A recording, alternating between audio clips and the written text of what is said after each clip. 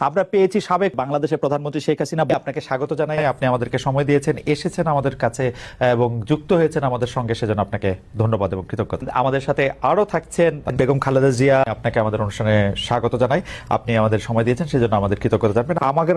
আমরা আসলে অনেকগুলি প্রশ্ন আপনাদের দুজনকেই করতে হবে, সেজন্য আমরা আপার এতদিন ধরে গর্তের ভিতরে থাইকা আপা সমানে দোয়া ইউনিস পড়ছেন বলেই না এমন বিজয়ের দেখা পলানোর সময় সেই মানুষগুলির কথাও মনে পড়লো না শেখ হাসিনা।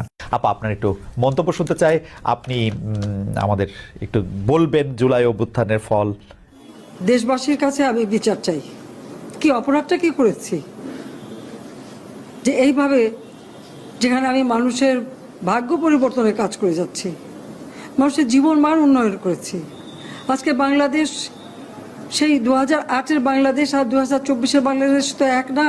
বাংলাদেশের মানুষের জীবন মান তো উন্নত হয়েছে, আমাদের অর্থনীতি আজকে কত কত উপরে উঠে গিয়েছিল, এবং এটা মনে হলো যে এটা আর কিছুই না, এটা আমাদের অর্থনীতিকে সম্পূর্ণ পঙ্গু করে দিয়ে বাংলাদেশকে আবার ভিক্ষুকের জাতি করে দেওয়া, এটাই বোধহয় এদের পিছনে ষড়যন্ত্র।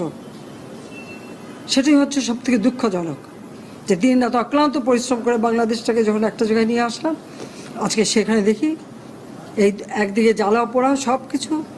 ঠিক যে প্রতিষ্ঠানগুলি মানুষের সেবা দেয়, আজকে মেট্রো রেলে চড়ে মানুষ কত অল্প সময়ের মধ্যে সময় বাঁচিয়ে কর্মস্থলে পৌঁছাতে পারতো, আবার ফিরতে পারতো। সেখানে ছাত্ররা, চাকরিজীবী, সাধারণ মানুষ সবাই তো যেতে পারতো।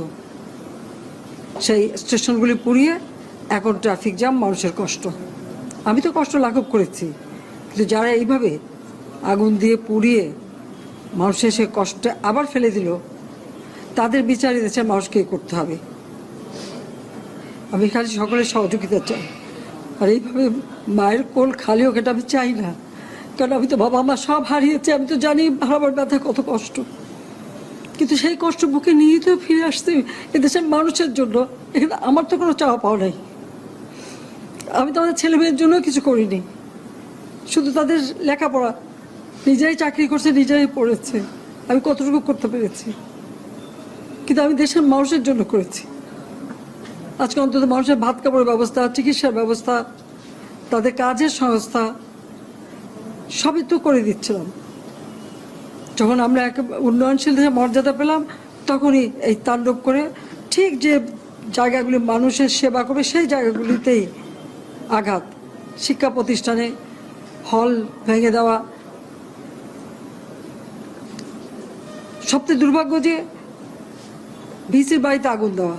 এর আগেও একবার ঢাকা ইউনিভার্সিটিতে